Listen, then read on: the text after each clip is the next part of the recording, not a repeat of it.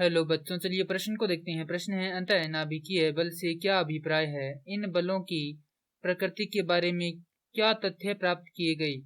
Neutron proton संतुलन तथा विनिमय बल समझाइए। तो प्रश्न को आगे हल करें उससे पहले जो प्रश्न की मुख्य अवधारणा है उस पर विचार करते हैं। तो इस प्रश्न के लिए जो मुख्य अवधारणा है वह हो जाएगी परमाणु। अर्थात हम यहाँ पर यह देखेंगे कि परमाणु क्या होता है, क्योंकि जो नाभिक है जिसके बारे में हम यहाँ पर देखेंगे वह किसमें पाया जाता है? परमाणु में पाया जाता है।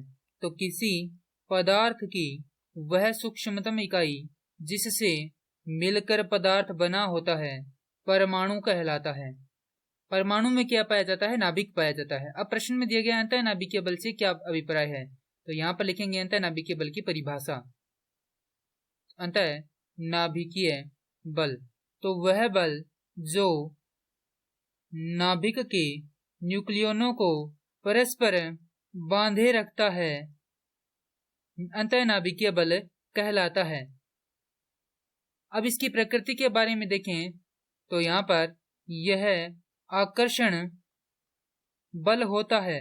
दूसरा, यह कम परास में लागू होता है, क्योंकि इसकी जो परास है वह क्या होती है? बहुत ही छोटी होती है।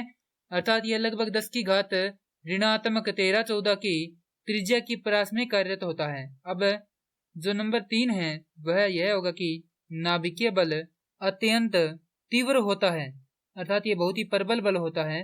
उसके बाद नंबर 4 है, यह आवेश पर निर्भर नहीं करता।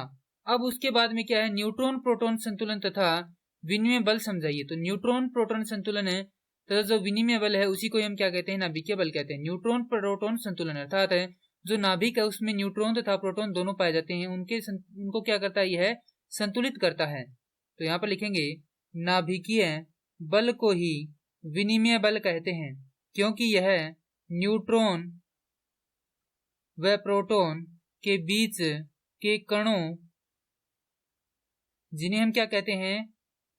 पाई मेशान कण या पाई मेशानी कण के विनिमय के कारण उत्पन्न होता है और उनके न्यूट्रॉन व प्रोटॉन के बीच में क्या बनाए रखता है? संतुलन बनाए रखता है।